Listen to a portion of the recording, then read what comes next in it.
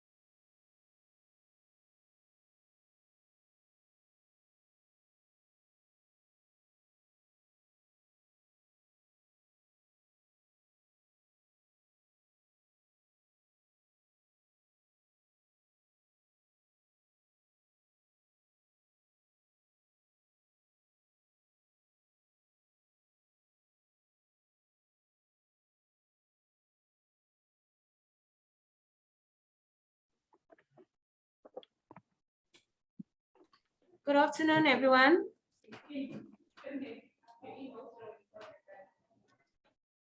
Hello, Mr. Austin, can you hear me? Yes, I can hear you. Good afternoon. My name is Chantal, I'm from FPD. Our first speaker has not joined the session yet, as well as the second speaker. So I'm not sure if we can then start with Catherine in the meantime, or even yourself.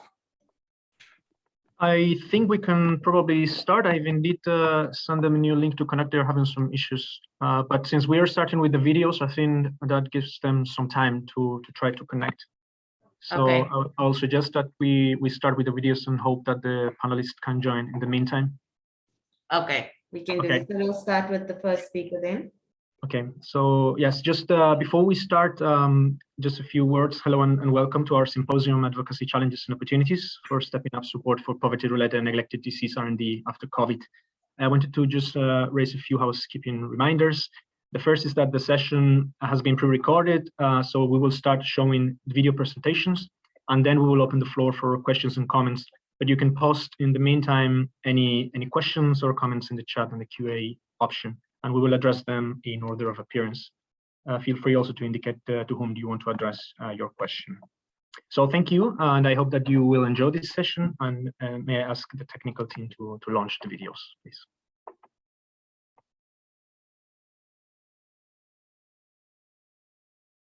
Good afternoon and welcome to the symposium, Advocacy Challenges and Opportunities for Stepping Up Support for Poverty-Related and Neglected Disease R&D after COVID-19. My name is Agustin Martin, and I am the Advocacy Officer responsible for Global Health Research and Innovation in the DSW Brussels team. For those of you who may not know DSW, we are a global development NGO focused inter alia on advocacy in research and innovation for neglected diseases, basically the diseases covered by the EDCTP. The purpose of this session is to discuss how COVID-19 has impacted health research in neglected diseases, both in terms of scientific developments, as well as changes in the global policy and funding landscape. And we will also debate about the risks and opportunities of these changes for neglected disease R&D. We have a panel of experts that will help us tackle some of these questions, and we look forward to discussing with all participants as well. I want to start my presentation by stressing that COVID-19 has contributed to bring public health, and more specifically, health security, into the spotlight of Africa-EU cooperation. Professor Timmermans will present some key new initiatives in this regard, so I will focus my presentation on two key messages. First, that one key opportunity to translate the current political attention on health security into additional resources and improved policies for neglected disease R&D is to highlight the contribution of research, development, and innovation on neglected diseases to responding against the current pandemic. Early this year, DSW commissioned a study to address precisely this point. We asked some researchers to help us identify health research projects, for example, on clinical trials, networks, and health tools that were originally designed for neglected diseases, funded by the European Union, implemented by African and European researchers, and that contributed to address the current pandemic, or had contributed to address previous epidemic outbreaks, for example, on Ebola, or that could be reasonably argued that they have improved health security in Africa. The result is a list of success stories, and that's the ones that you can see on the presentation, funded by the EDCTP in many cases, and sometimes by Horizon 2020, now Horizon Europe, or the Development Cooperation Instrument. One key success story, for example, is that COVID-19 vaccine platforms developed over the past year have relied on decades of prior investigation on HIV, on TB, or Ebola. And some of the technological developments for COVID can actually now be useful for addressing neglected diseases. And this is particularly the case with mRNA technologies, as we can see, for example, with the announcement of BioNTech to develop a first malaria vaccine based on mRNA technology, or Moderna on a similar vaccine for HIV. And both the European Union and the European Investment Bank have already expressed interest in supporting those initiatives. So we have identified clear contributions on neglected disease R&D to address COVID and improve health security in many other areas as well. So in the area of diagnostics, in the area of epidemic surveillance and detection, and access to medical countermeasures as well. Many supported by the EDCTP through its emergency funding mechanism. And this has obviously created a whole debate about whether the new EDCTP, EDCTP3, should expand its scope to include more prominently emerging infectious diseases such as COVID. Whether EDCTP should do that or remain focused on poverty-related and neglected diseases is actually something we will discuss in a few minutes, and Professor Hankins will help us to answer that question. Since there has been a reflection about whether COVID-19, which is not a neglected disease, should be part of the scope of an instrument such as EDCTP, or other instruments are better suited to support those research efforts. My second point is that COVID-19 has also exposed many gaps and challenges in our collective capacity to tackle infectious disease outbreaks, and also has exposed the consequence of chronic underinvestment in this area. As you can see in the next graph, there are many new initiatives that contribute or that could contribute to improve epidemic preparedness and health security in the context of EU-Africa cooperation. For example, on September 16th, the European Commission announced the new European Health Emergency Preparedness and Response Authority, or HERA, aim at improving EU health security coordination by bringing member states and stakeholders together and reinforcing the global health emergency response architecture.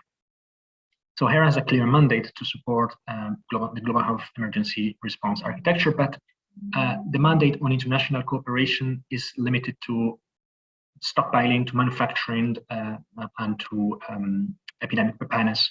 And despite having a strong mandate on research and development within the European Union, it remains unclear whether HERA will support also research and development efforts outside the European Union borders. There are some specific references to supporting African manufacturing and regulatory capacities, which is good news. But for example, the question about the potential synergies with other relevant instruments in the field, such as obviously the EDCTP, but also CEPI, remains to be clarified. And ultimately, all these new initiatives that you can see, whether they contribute to improve epidemic preparedness in a sustainable and efficient manner, will depend on their alignment with the current ecosystem, and in particular, of course, with the EDCTP. It is often the case that decision makers ignore what scientists do, and that scientists are not aware of the new initiatives, the new political initiatives. So with this session, we're aiming to clarify some of those relevant initiatives proposed and the facts concerning EU-Africa cooperation on neglected disease R&D before and after COVID. We hope you can use those messages for your advocacy for increased funding and improved policies in your respective fields of work. So thank you very much for your attention, and we really look forward to a fruitful conversation.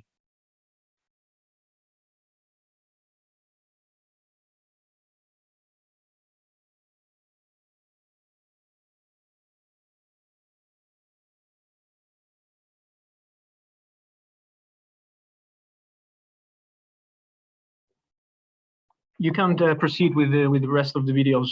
We will open the floor afterwards, since there's quite a few of them. Okay, Chair. Thank you. Professor Bartholomew Diki Akinmori is Professor Emeritus of Immunology at the College of Health Sciences in the University of Ghana, where he taught and conducted research into infectious diseases, including clinical trials of candidate vaccines against malaria, meningitis, DPT, and measles.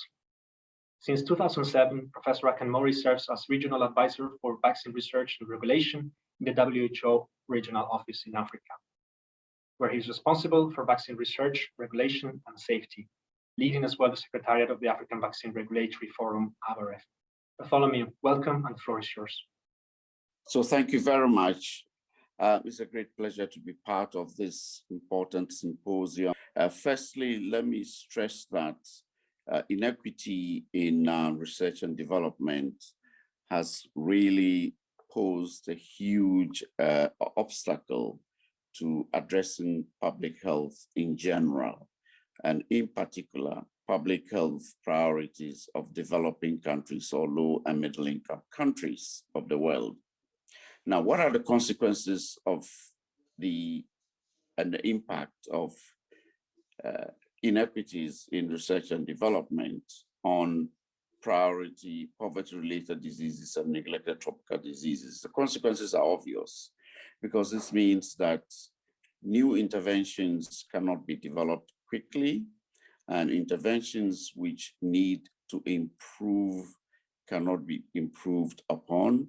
And this, of course, will affect the diagnosis, the treatment, and the prevention of these priority diseases, which affect the poor and ultimately also lead to the countries being unable to meet the sustainable development goals, particularly the health-related ones. What are the lessons that we have learned from COVID-19? The first is that COVID-19 research and development has shown that with global solidarity and commitment and partnerships built and led by WHO, that it is possible to accelerate research and development. The second lesson quickly is that as a result of the global solidarity led by the COVAX facility, it's been possible not just to promote research and development, but to ensure that this ultimately has led to access to vaccines. The third lesson which COVID-19 has taught us is that African researchers, African regulators are really, really capable of managing research and development of products and approval of products in time for their populations to have access.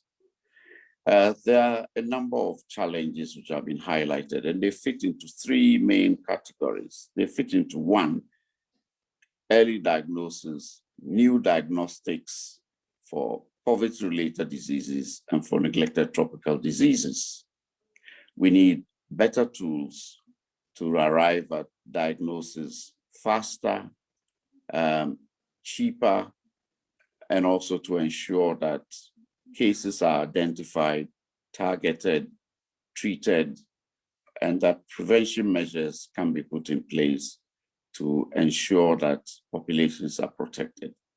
The second category is broadly a category of therapeutics, because we need new treatments to overcome drug resistance. Now, the third broad category is that of vaccines and how to prevent these priority diseases. While in some cases we need better vaccines, such as a better and improved malaria vaccine, better than the current one in implementation on the continent in 3 countries. We also need vaccines against tuberculosis, which prevent pulmonary tuberculosis. And we, of course, need a vaccine against HIV, no doubt.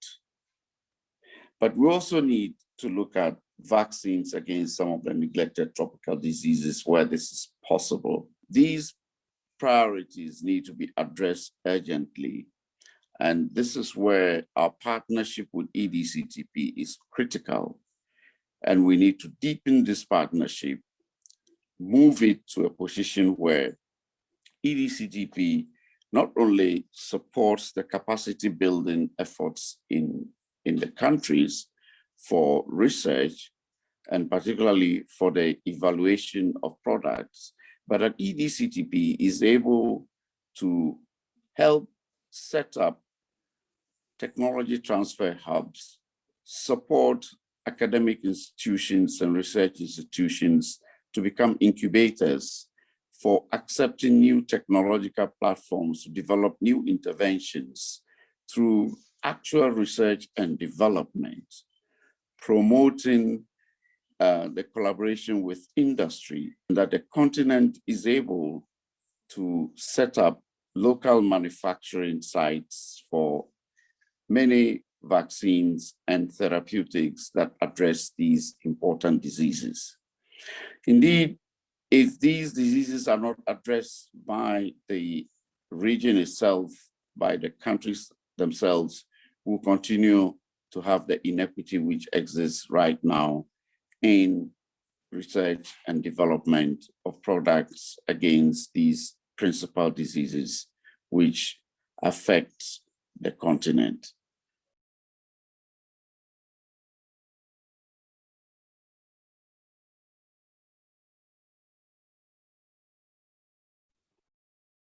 You can proceed with the next presentation. Thank you. Just a reminder that you can post comments and questions already in the chat. Please feel free to do so.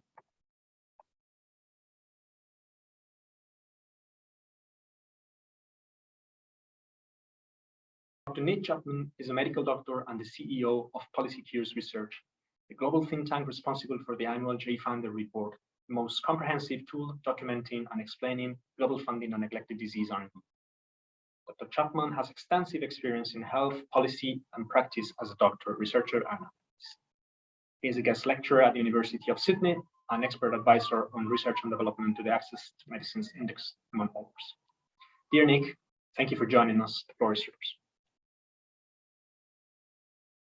Thanks very much to DSW for organising this session and to EDCTP for organising the 10th EDCTP Forum.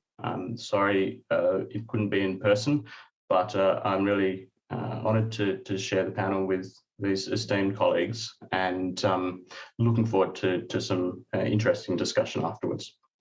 So I've been asked to talk about the state of neglected disease R&D funding after COVID-19 and sort of the risks and opportunities for neglected disease funding because of the pandemic. The answers to these questions aren't entirely clear yet, but this is exactly the sort of question that the J-Funder project, which my organisation conducts, is designed to answer.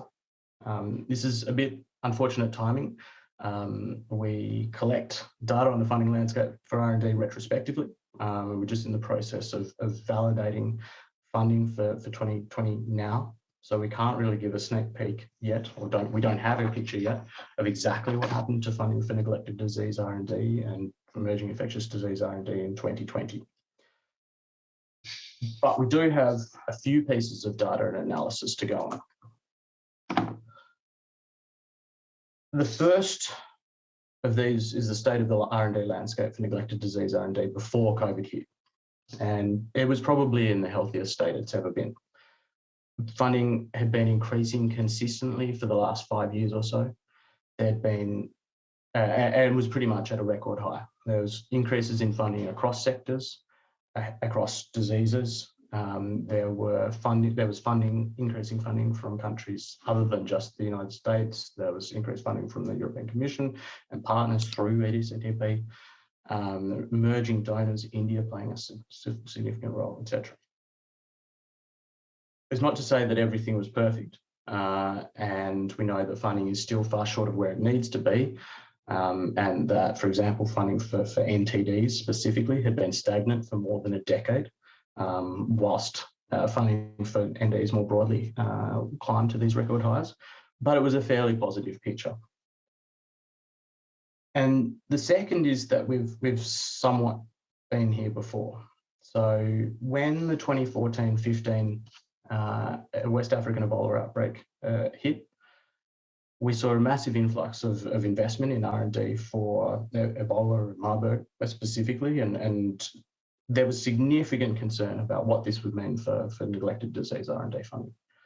And then in the following years, subsequent years, with the emergence of the WHO R&D blueprint for pandemic preparedness, or preventing the pandemic, and the sort of more emergence of a more structured R&D agenda for emerging infectious diseases, and then subsequently the launch of CEPI, increasing funding for that, there was lots of concern about what that would mean for funding for neglected disease R&D.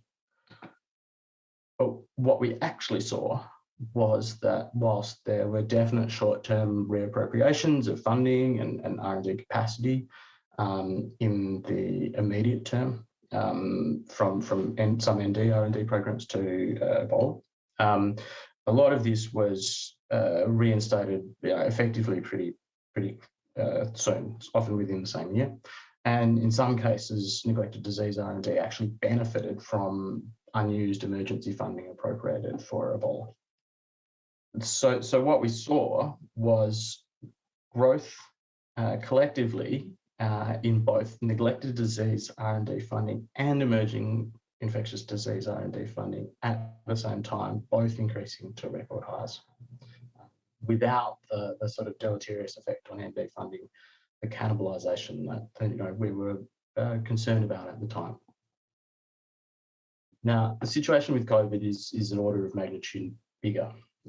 So in addition to the G-Funder report, which looks retrospectively and really rigorously about what's actually been dispersed in a given year for global health R&D, when COVID hit, we started looking also in real time at the commitments that were announced for future funding.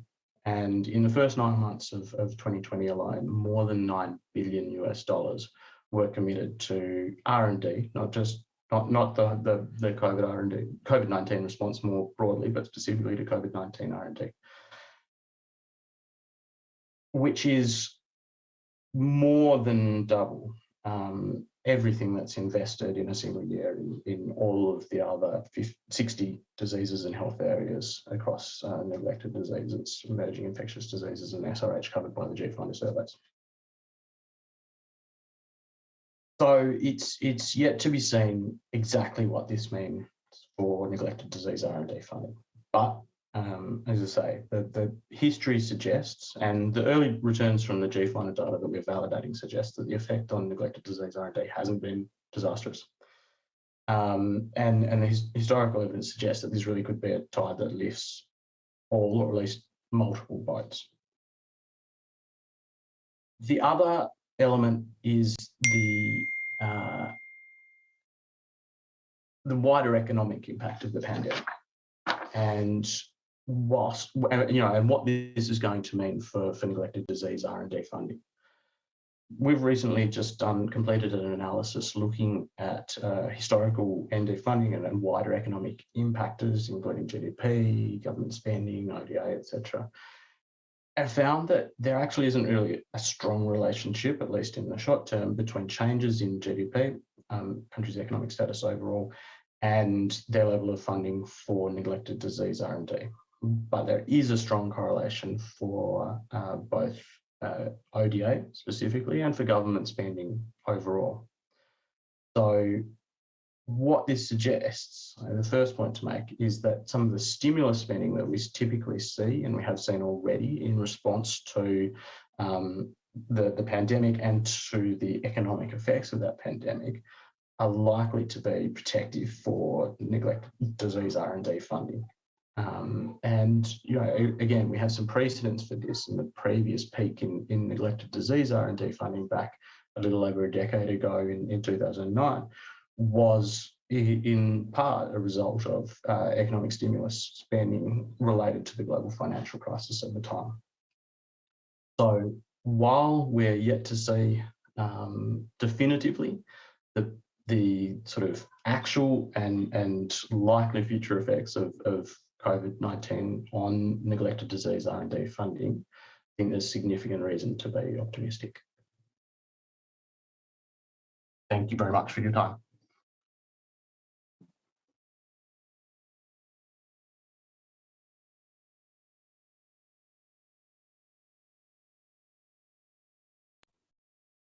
We can move to the next presentation.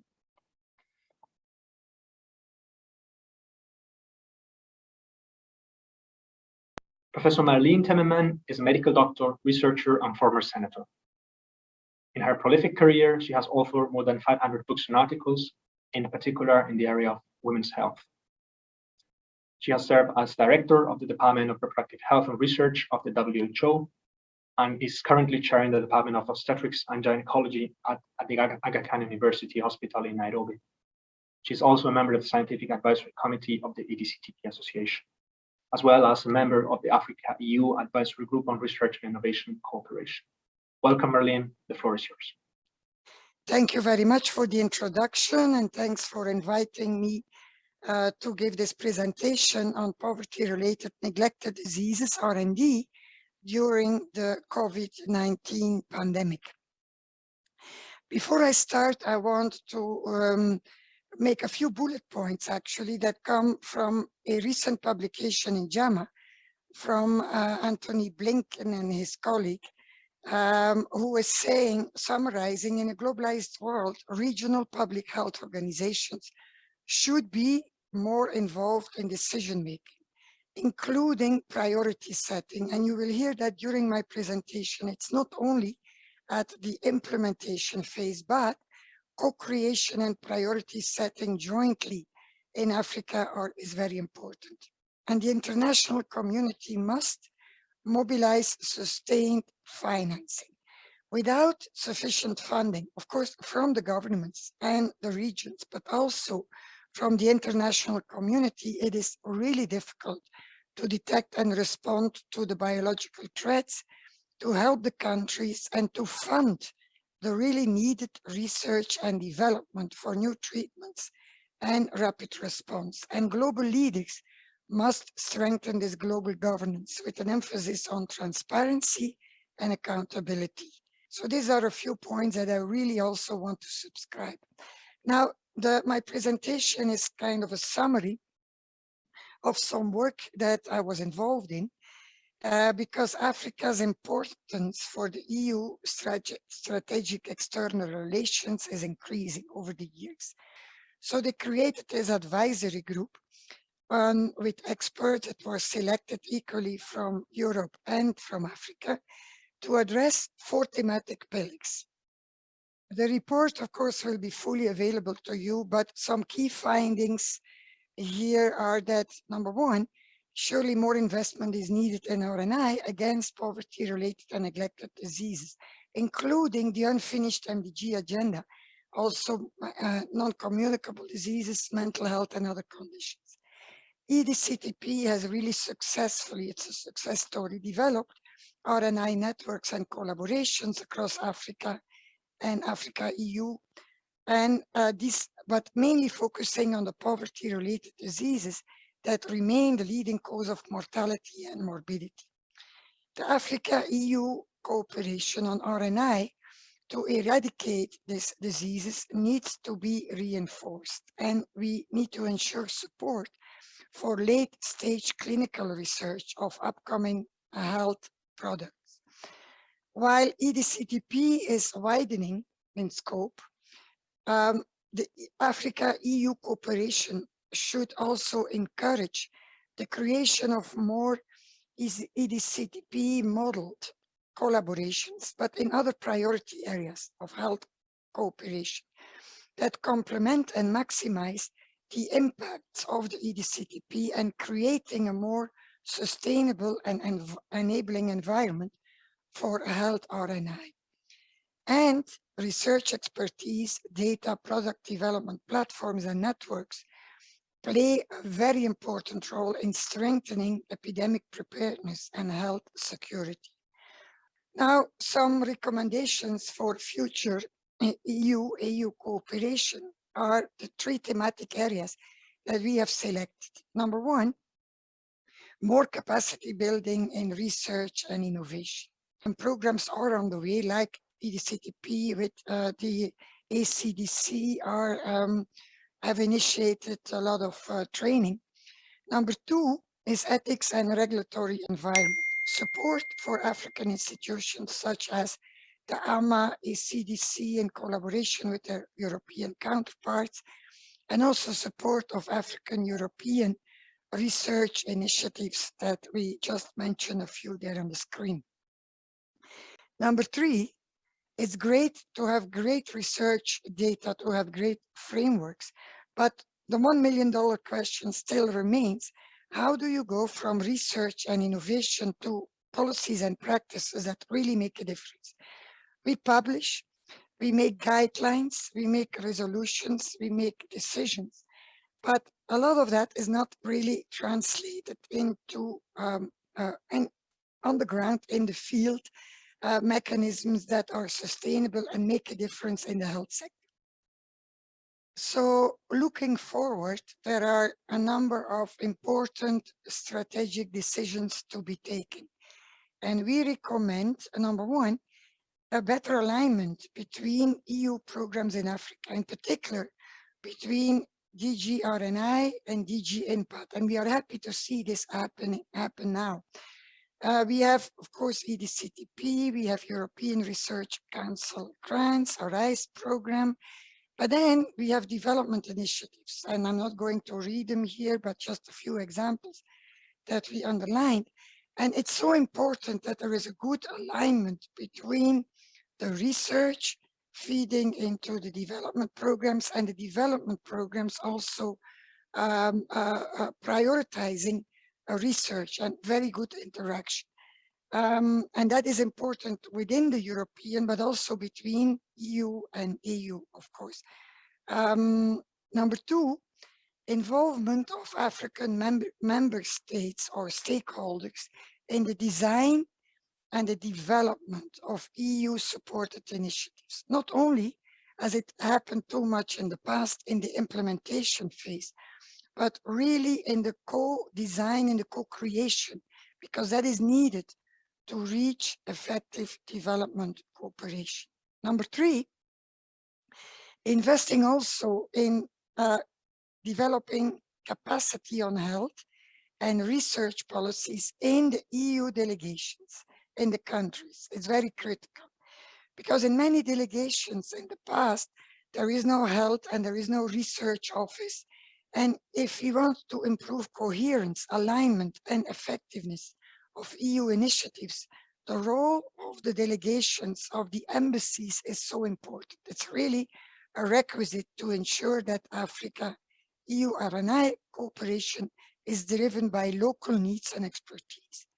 And then finally, the current platform for RNI dialogue between Africa and the EU, the high-level policy dialogue on science, technology, and innovation should be, and we hope it will be, more inclusive.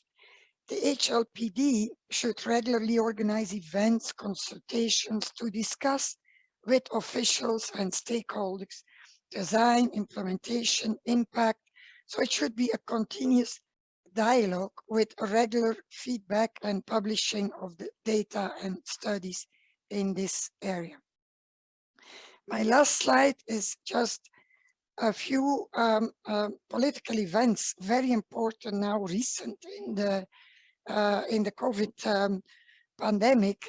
We know WHO Chief Tedros here with Germany's Angela Merkel opening the global pandemic hub in Berlin, the European and African Union signing a partnership to scale up preparedness, start of manufacturing plants to produce the vaccines in African settings, and here a picture of the EU-AU Summit 2017, but the next one is planned early next year, and it's really important to have our recommendations, amongst others, of course, also discussed at the next EU-AU Summit. Thank you very much. Professor Marleen Temmerman. And we are proceeding with a final video. Yes, apologies, Chair. We just have a technical issue with sharing the final video, but it should be resolved in the next few seconds. Okay. Let us know if we can help as well. We could also launch it from here if needed.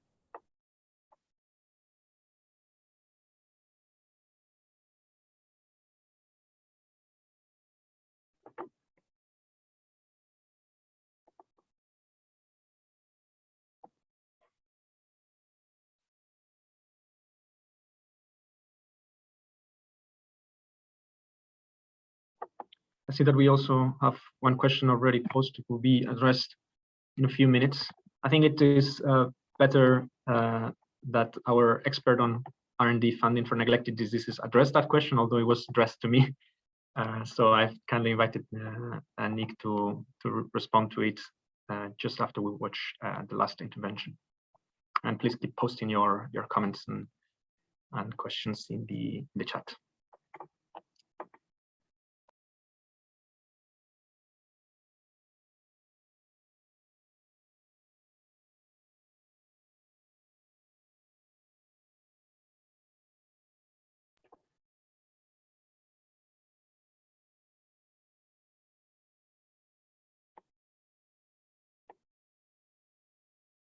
colleagues from the technical team, do we have time maybe to address the question now while you're trying to fix the problem?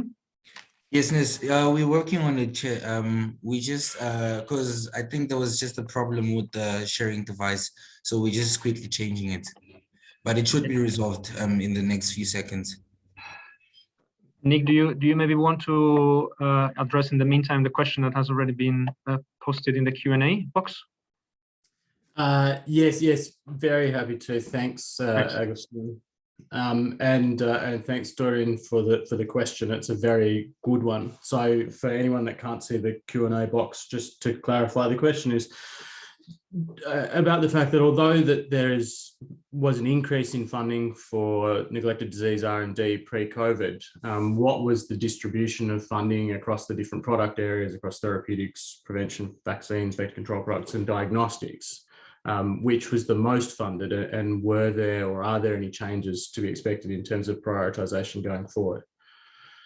And the first observation I just make is that to reinforce the fact that not each of the product types is equally expensive, or R&D for each of the product types is equally costly.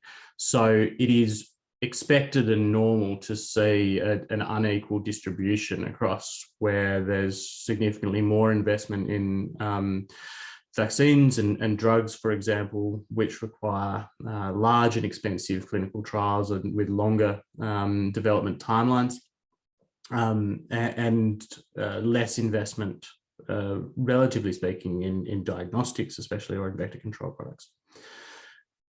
Having said that, though, we have seen some really significant changes over the last sort of decade. Vaccines is still and has always been the most funded area, but it's dropped between 2009 and 2020 from accounting for about 40% of all funding for neglected disease R&D to just under a third. Funding for basic research has also declined over the same period, whilst funding for drugs has increased from just 16% in 2009 up to more than a quarter, or around a quarter. And funding for biologics has really been not on the radar for most of the last decade, but increasingly in the last few years has started to climb from a very low base. And so this is quite interesting in thinking about patterns that we saw in COVID, where a huge focus of investment was in vaccines and also in biologics, and very little in small molecule drugs. And it's only now we're seeing, with broad spectrum antivirals, some focus on drugs. So I think it's likely to see a lot of investment, perhaps going back to vaccines, and particularly to vaccine platforms, and an increasing focus on biologics for sure. Thanks, Agustin. Thank you so much for that, Nick. Colleagues from the technical team, are we ready for the last video? Yes, we're ready, Chair. Okay, thank you. Please then display it.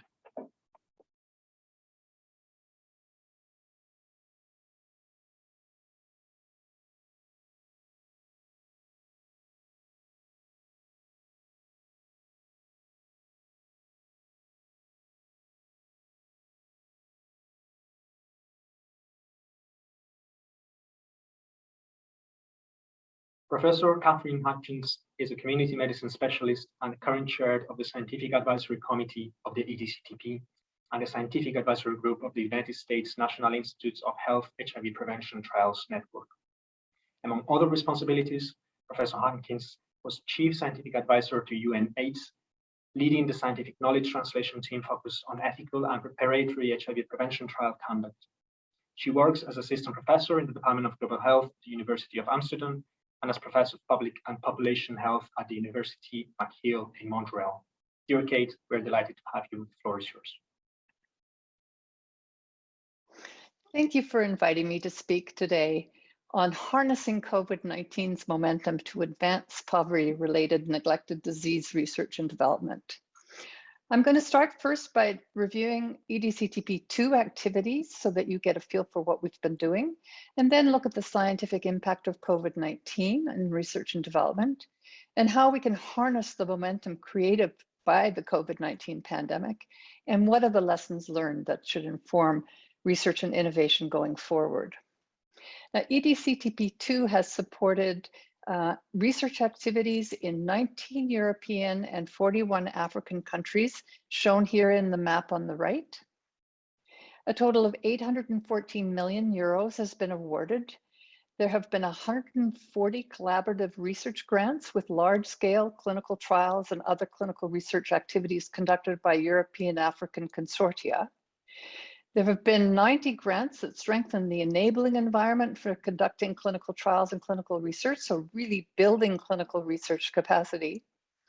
And there have been 200 fellowship grants awarded to focus on the career development of African scientists. If we look at the collaborative clinical research projects, we can see that 72 million euros has gone to neglected infectious diseases. Now, COVID has had a major impact on EDCTP funded projects. There have been delays and disruptions in research, repeated suspensions of recruitment during multiple waves of the pandemic, lower recruitment rates and non-attendance due to fear of contracting SARS-CoV-2, transport disruptions and costs, and research staff illness. There have been extended timelines for ethical and regulatory approvals for a number of reasons. Restrictions affecting transport of essential equipment, reagents, investigational products, and samples that has meant expiry and shortage of these medicines and products. And there have been closures of institutions and bans on meetings. There have been knock-on effects of delays in other projects, protocol amendments to include testing and other COVID-19 measures, and very real pressure on clinicians and researchers in Africa and Europe and on their workloads. The closure of schools and childcare facilities affected those with parental responsibilities, especially women scientists, fellows, and students. There have been increased costs per project, both salary costs and contracts, as well as personal protective equipment, and the only real savings have been on travel to meetings. There have been impacts on the fellowships and on students, for example, with many training attachments postponed. If we look at sub-Saharan Africa, if we look at the Democratic Republic of Congo, we have seen the focus on COVID-19 and Ebola virus disease meant disruptions of immunization campaigns, leading to almost 7,000 deaths from measles being recorded. So the potential for threats of resurgence of other vaccine-preventable infectious diseases is very real.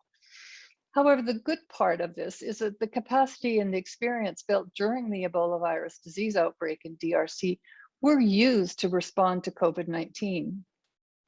So how can we harness the momentum and advance research and development? EDCTP has been collaborating with major initiatives in COVID, both COVID-R as an observer member and as a working group member of the COVID Circle, the WHO R&D Blueprint Global Coordination Mechanism, the WHO Global Malaria Program, the WHO Afro Expert Committee, the COVID-19 Clinical Research Coalition, the reconciliation of cohort data in infectious diseases, and Africa CDC, both in joint investments in epidemiology and biostatistics training, and in the Consortium for COVID-19 Vaccine Trials, CONCAVAC. CONCAVAC is providing support and linking both clinical trial sites and vaccine developers. It's developed for COVID, but can be used for any of the diseases that are of importance in sub-Saharan Africa. It's building capacity at clinical trial sites, providing seed funding.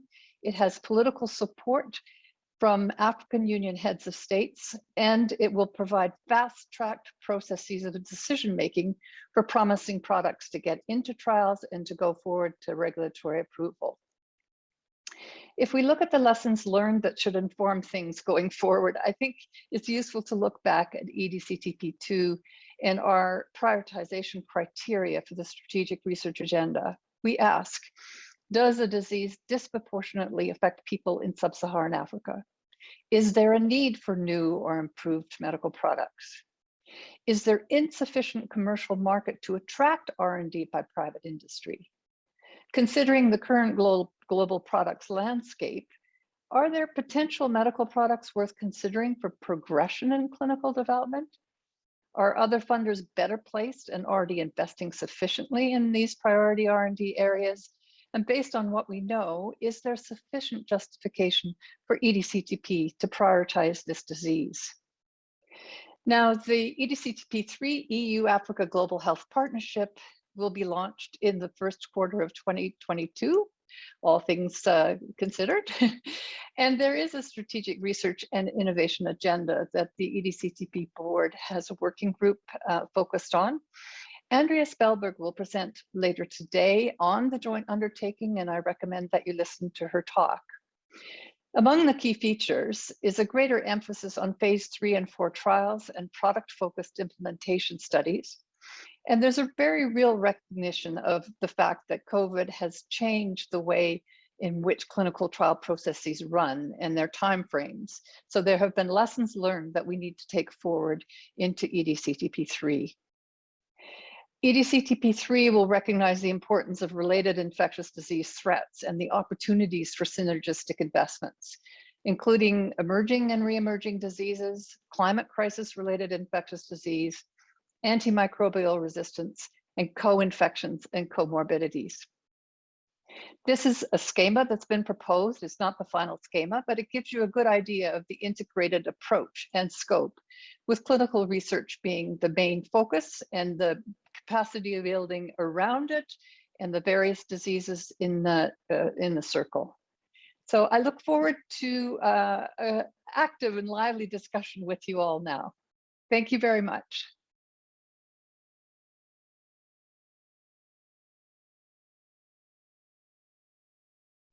Thank you so much, everybody, for the presentations and for the technical team for arranging those. Now we open the floor for questions. We have roughly 10 minutes for that.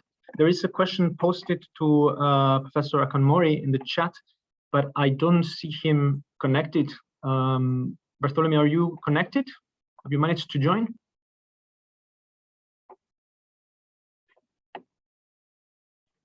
If not, I will ask myself a question. So where's my question? There is actually a question from Professor Makanga. So I'm going to read it. Nick, your pre-read indicates that currently R&D funding for NTDs seem to be protected in the 2020 funding data, despite the COVID pandemic. Could this observation be attributed to pre-COVID-19 committed funds and that the actual impact of COVID may manifest in the subsequent years? Nick, can you pick up that one? And then I'll ask a question myself if I can.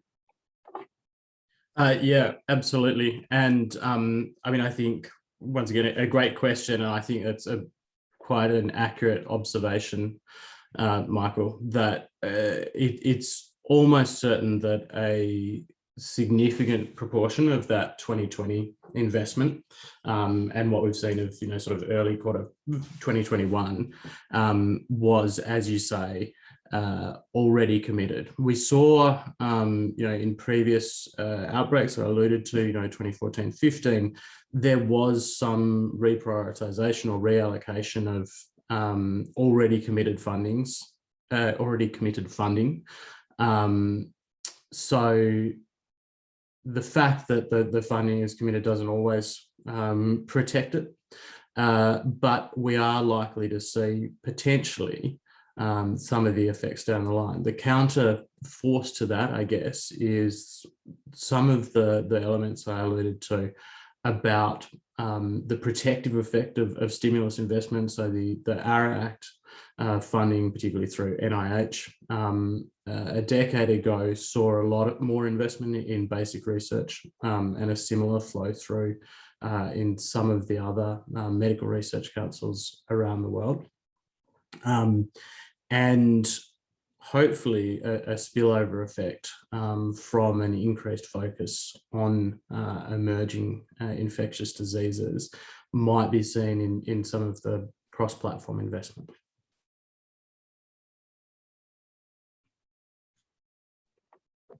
Thank you so much for that, Nick. So I have a question to Professor Pankensler, which is a bit of a million-dollar question about EDCTP3. And as you mentioned in your presentation, the partnership is going to be launched at the end of the year, early next year, fingers crossed, if COVID allows. So I'm curious to know more about the development of the scientific research innovation agenda for 2021-2022. How was the process, which could not have been easy in the middle of a pandemic? And what criteria was followed to identify priority and product gaps? Thank you. Thank you, Augustin. I don't seem to be able to turn on my video, so I'll just speak a little bit about it. It has been a process that started back in 2020, early in the pandemic, working on the strategic research and innovation agenda. There was inspiration from the strategic research agenda that the EDCTP2 Scientific Advisory Committee updates every year. From there, it went to both at the Commission to Elmer Nimiskern and Inma Paynes, who kind of piloted things at the Commission, and to a working group of the EDCTP Association led by Detlef Booking and Andrea Spellberg. It has been updated as well with suggestions from our Scientific Advisory Committee, the EDCTP2 one more recently, and now is moving forward. So the slide that I showed that had the 6 priority questions, the fundamental questions we pose, that has been in the back of our minds always, looking at what should be the justification for EDCTP to prioritize a specific disease. So I'll stop there. If we want, we can also ask Michael Makanga, the current executive director, to say a word. I think you're allowed to unmute him. The technical people can unmute him and ask him to speak.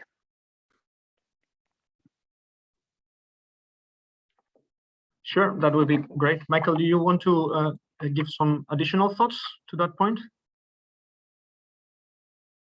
And if so, can you unmute him, please? Yes, I just did. He just needs to accept on his end.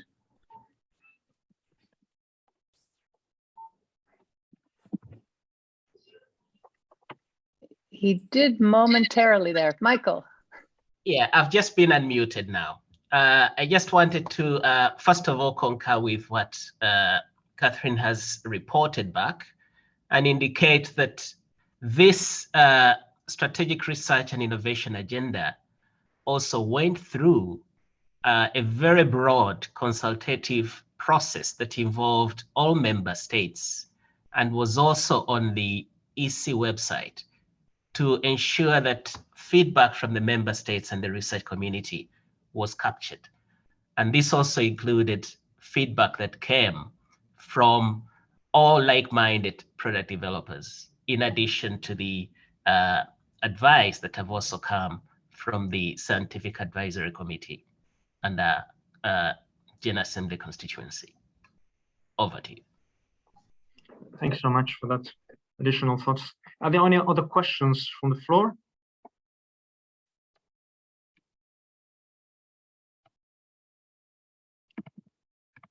I think we have 5 minutes more. If not, I would ask another myself to Marlene. Marlene, you stressed in your presentation the importance of alignment between EU initiatives in Africa, in particular research and development cooperation. And I think probably one of the most important areas in that sense could be health system strengthening, because obviously DCTP does important work on regulatory strengthening and ethics review strengthening, and the EU is a very substantial investor in health systems in Africa through development cooperation, through development aid. So can you tell us a little bit more about how this alignment could happen? How could the EU improve and synergize those investments a bit better that are aimed to health system strengthening? Thanks for that question, Agustin. And I think number one, to prioritize that in the EU agenda, because as you know, health traditionally in the old days was not really very high on the development agenda. It has now gone up a lot, and after COVID even much more. And I'm not talking about the research now, but about the development. So a good evolution is that there is more alignment between and more dialogue and interaction between DG Research and Innovation and DG Development, called now DG International Partnerships. So that is a good start, I think. Also to leverage health on their political agenda, to ensure that in the delegations there is an health office and science and technology offices, where there are EU officers really having this as a priority and not as a kind of an additional task in other assignments.